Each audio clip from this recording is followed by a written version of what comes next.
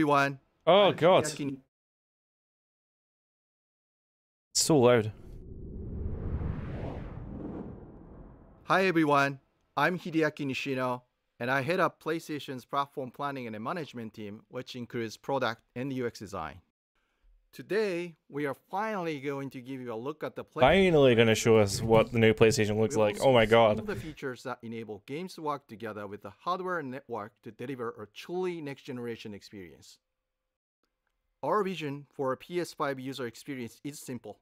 We believe that your playtime is valuable and should be meaningful. Okay. PlayStation team members from all around the world work to deliver a PS5 experience that is completely centered on you, the player, connecting you with a great play and a passionate community of gamers. With a look and feel that's social interaction, it sounds like. The PS5 user experience was built from the ground up to take advantage of the console capabilities, complementing the transformative games coming with this new generation. Yeah, we'd heard about that the user interface was completely redone. The tour is from a pre-production environment on the PS5 console, so there may be a few small wrinkles or minor changes once the console launches in November. And now, let's check it out, courtesy of our own Sid Schumann. Thanks, Nishino-san. Welcome to your new PlayStation 5 console experience. This time, we've started up from rest mode. We've already created an account and signed into PlayStation Network, so let's log in. Okay. In this case, I've resumed right where I left off in Sackboy: A Big Adventure, and here we're looking at PlayStation 5's Control Center. From here, it's one click and we're right back into the game, but let's take a moment and look around. The Control Center is always one tap of the PlayStation button away. Is that the game running in the background? You get access to almost everything you need from the system without leaving the game. This includes things like seeing who is online, checking the status of a download, managing your controller, power, and more. Okay. You're winning me, Sony. You're winning me. Colorful characters are called cards, and they let Wow. you interact with games and the system in a variety of ways. First, as we've just resumed, the Control Center is showing a special card that allows me to get up to date on recent stories posted by publishers for games I am following. Another card here shows me recent media I've captured from my gameplay using the Create button on the DualSense controller. Let's check out one of the most powerful new features of the PS5 console. They're actually just to the right in this row, and we call them activities. Activities are part of the plan to remove barriers to gameplay. Can you just jump into those levels from the menu? With a tap of the PlayStation button, I'm back to playing the game. Sackboy: A Big Adventure. That is just the game running in the back. That's incredible. Each level represents one type of activity I can play, many of which I can go back to later to discover more. Wow. I tap the PlayStation button to bring up the Control Center again. I can see a number of available activities, both active and suggested by the system. Let's take this first one, A Big Adventure. About 10 minutes left. It even tells you how long it takes to complete. I haven't quite completed this level yet. I'm at 33%. Let's open it up and see more. Here I can see more information, including key objectives I haven't met. And I'm seeing a very important piece of information here. It says about 10 minutes left. This is PlayStation 5's personalized playtime estimate, giving me an idea how long it will take me to complete this activity. That's pretty cool. That's really cool. Some activities even let you jump directly to that place in the game. That's pretty incredible. But there's more to see here. For another example, let's open that activity back up.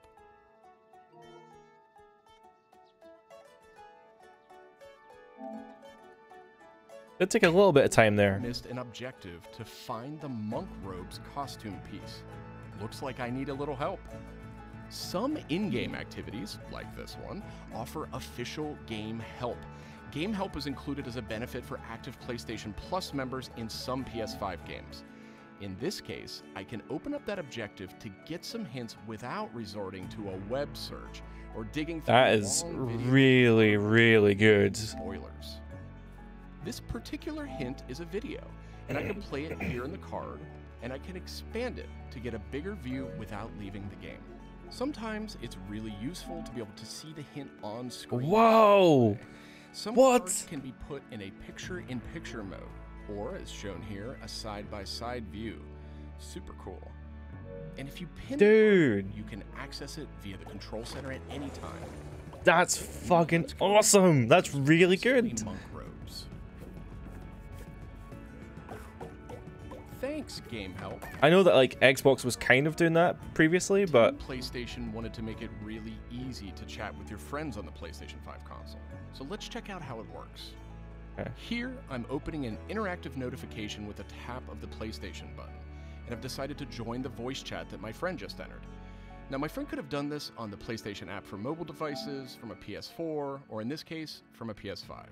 The DualSense controller features an integrated microphone too, so I could start talking right away. Lame. But I always have the ability to hit the mute button on the controller or in the menus. There's a mute button on the controller? Yeah, they didn't show that one off. Parties take on an expanded role with PS5, and they now provide persistent spaces to connect with groups that you play with. Here I Can have you do like friends chatting away. picture in picture? One of them has started sharing their screen with the group. Oh my god, Looks yes. like they're playing Uncharted: The Lost Legacy. We can chat while we play, and I can watch his progress as well. Can you do it while playing? This is Oh another my option to fucking put in god. picture mode, or pinned to the side while you play. You can access it anytime via the control center too, but let's dismiss it for now. Okay, let's review. So far, we've seen how activities on PS5 will make it easier and faster to hop back into PS5 games, and how you can get in-game help and chat with your friends. So that leaves online multiplayer gaming. Let's check it out. I see that some of my friends are online, so it's time to say goodbye to Sackboy for now and spin up a match of Destruction All-Stars. One of my friends in the party has already started a match, and we can join them from this card in Control Center. And they're yeah, so you can just literally join the game straight away. Here we go. Destruction All-Stars now quickly starts thanks to PS5's ultra-high-speed SSD. Okay, I think we've got enough people on our party, so let's jump in. We're keeping the focus on PS5's user experience today, so let's zip ahead so we can see more. This is how fast the SSD is in the PS5. You can fast forward your games in real time. We don't have time to play a full match today, but I do think we have time to take a quick photo. I don't think they've even shown anything about this game. Button on the DualSense controller. PS5 is always capturing recent gameplay, but when you compose a shot, even using in-game photo mode, you can capture a high-quality screenshot here. This optimizes capturing the moment, letting you review and choose to share later on. I should mention, screenshots and video can be captured at up to 4K on the PS5 console. That's awesome. Okay, so far we've shown off how to jump into activities, how to chat with your friends, get into groups together to play, capturing gameplay, all of that while in-game. But what if I want to play a different game? Welcome to the PlayStation 5 home screen. This is where you'll land when you start up from a powered off state, and where you'll go when you want to choose a new game to play or download. The layout of this space is designed to present games and game content beautifully on a 4K display, with simple and super fast access to what you need. And in case you're wondering, media-related apps will have I think you need like PS Plus for some things, but not for everything. I think for the share play option there, share screen option, I don't think you needed PS Plus for that. Jump right into video clips, stories about the game, DLC, and more. Backward-compatible PS4 titles will benefit from some of these features too. That's really cool. One spot to the left. I never even used any of the old stuff, like the down screen on the PS4, because it took so long to From load. the control center earlier, and another view will also be in the new PlayStation app for mobile devices. Explore keeps you in Sorry, I'm loop just with official beating the shit out of my stories microphone. from PlayStation and from all the games you're following, including trending media from the community. We'll be testing and learning about this feature in the US at launch, so not everyone will have this on day one, but it gives you a good idea of the direction. It looks similar to the PlayStation Store PS4. for PS5. It's completely integrated into the system. It's not a standalone app anymore. Thank Browsing God. for new games to play will be easier thanks to the speed of PS5 and a more personalized store experience. And here, you'll be able to browse the latest games and deals. You'll find PS5 games and many backward-compatible PS4 games too. I'm sad to say, but we are almost out of time. So let's pull up Control Center one more time with a tap of the PlayStation button. On our way out, why don't we quickly share that photo we took in Destruction All-Stars? We can find recently captured media in this handy card. Can you edit it? Can you edit the screenshots? We can do some quick edits, but I think I'm ready to share it right now. Oh, okay, you can edit it, but it's not gonna. The option to share videos and images to supported external services, or I can send them directly to one of my parties. Remember, parties are bigger than just voice chat now, so I'll select one of my favorite parties here. It's basically just a group chat, like you've got on like Facebook and stuff like that. The DualSense controller makes this really easy. PlayStation 5 supports voice dictation in a number of languages, so you no longer have to type messages with the keyboard if you don't want to. Simply select the microphone. That's a good feature. I like that. If my friend hasn't yet played the activity where I captured this media, and the game's developer thinks that activity might contain spoilers, they'll receive a warning before they view it. Nice. Well, that's it for our demo. There are many more exciting features we couldn't get to today, but we're super excited to share more of the PlayStation 5 and PlayStation app user experience with you in the coming weeks headed to launch. And of course, this was just a first look at what fans could expect on day one. The team at PlayStation is committed to evolving this experience with our community in the months ahead. Nice. We look forward to sharing more. Thanks for watching. There's a lot of good stuff in there. There's a lot of good stuff in there. Now, I know obviously you were saying there about PS Plus being needed. Well, not to be that guy, but if you have a PlayStation and you... Sorry, I'm just playing around with a screwdriver. If you have a PlayStation and you don't have PS Plus, especially for PS5 at launch, you're missing out on a huge amount of the point of getting a PS5 at launch. Mostly being the fact that the PlayStation Plus collection gives you like 15 games at launch. I mean, fair enough, they're PS4 games, and they're probably games you might have played, but there's also some really good first-party games in there, like God of War, Resident Evil, well, not first-party Resident Evil 7, but, you know, God of War, Uncharted, Horizon, Days Gone, all those first-party, Last of Us, oh my god, it's all there as part of the PS Plus collection. It's cool to see this opening screen again. I mean, this was the same one that they showed off before. So good shit there. It hasn't seemed to have changed. It also seems like the leaks were real, because there were leaks about the UI reveal that looked very similar to this. But this is such a good idea. The fact that you've got your cards here, the cards are just relevant to what's going on, and sometimes they're levels, screenshots, progression, and the game is literally just running in the background. Like, that's fucking crazy. And to launch into levels, you don't need PS Plus. That's just a feature. That's just a feature that the console has. And also the PS Store is now built into the console. Fucking good, because it takes so freaking long to get into. It takes so freaking long to get into the store, and then when for things to load as well, it just takes so long. Especially on like PS3. Oh my god, if you go back to PS3 and try and load that store, I love the idea of like having game walkthroughs available to you from the menu. Now again, this is a PS Plus feature, so you need PS Plus to use this. You can still see the objectives, it seems, but to actually get help, you need PS Plus. So if you want to watch a walkthrough, if you want to get screenshots or anything like that, you'll need to have PS Plus. But I appreciate it's all there. And the fact that the console tells you how long, so based on your average play style, it'll tell you how long it takes to complete that mission. That's really cool. Like, I don't know how often I'll use that, but it's a really cool idea. It could, because like, I'll be like, oh man, I've got like work in an hour. What can I do? And then you go into the PlayStation, and it literally tells you what levels you can do, and you've got 10 minutes to do it. And you can just jump straight into the mission, so you won't even have to go to like quest marker. It's literally just there. Like, that's crazy. I know obviously not every game will support that, but it's also a feature that they're looking into. As the walkthrough thing really threw me. I thought that was a really good idea, because one of the things that gets me, it annoys me, is you've got, see, these are cool. These are just 3 hints, or sorry, 2 hints, and then just a straight up walkthrough. So it's like, even if you just need a pushing nudge, which sometimes I do.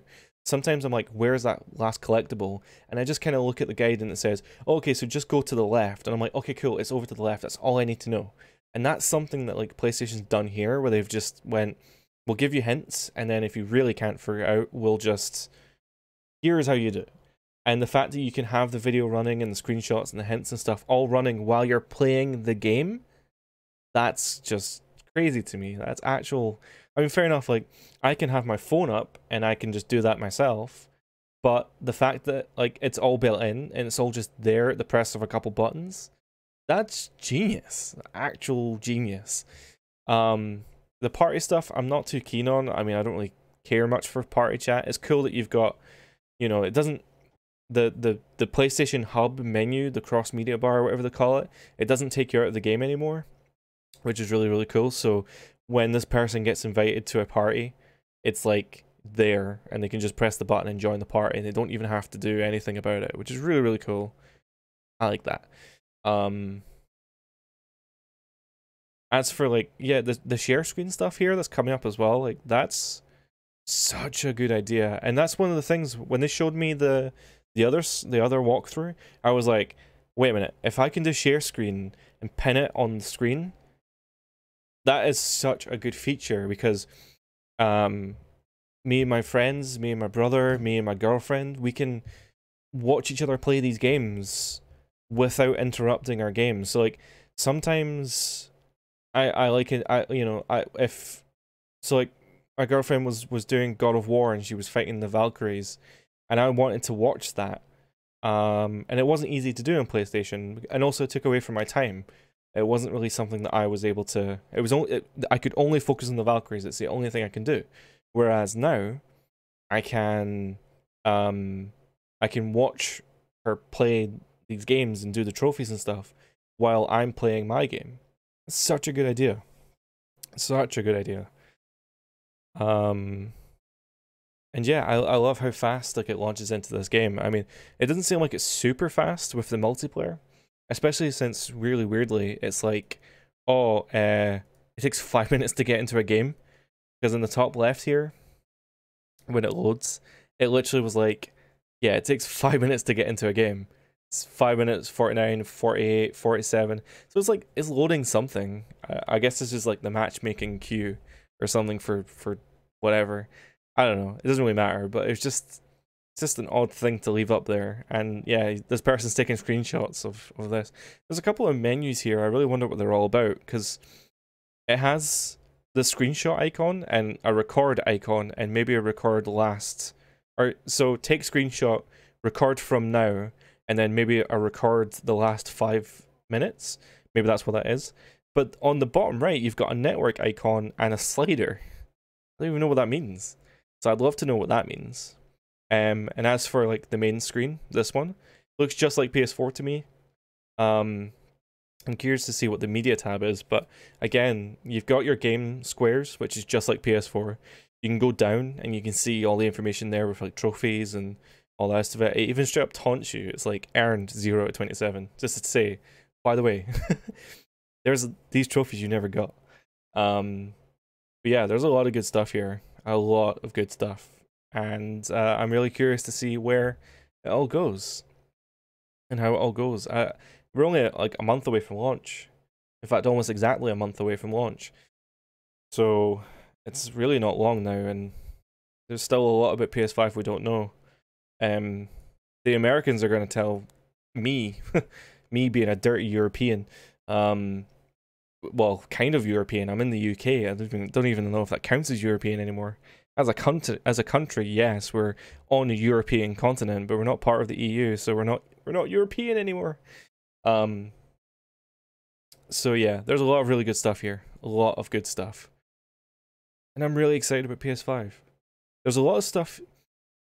I feel like Xbox is pushing boundaries with like backwards compatibility, taking your game library forward and experiencing an all-in-one device with Xbox, whereas with PlayStation I feel like they're trying to push forward in a more, this is a generational leap in a way.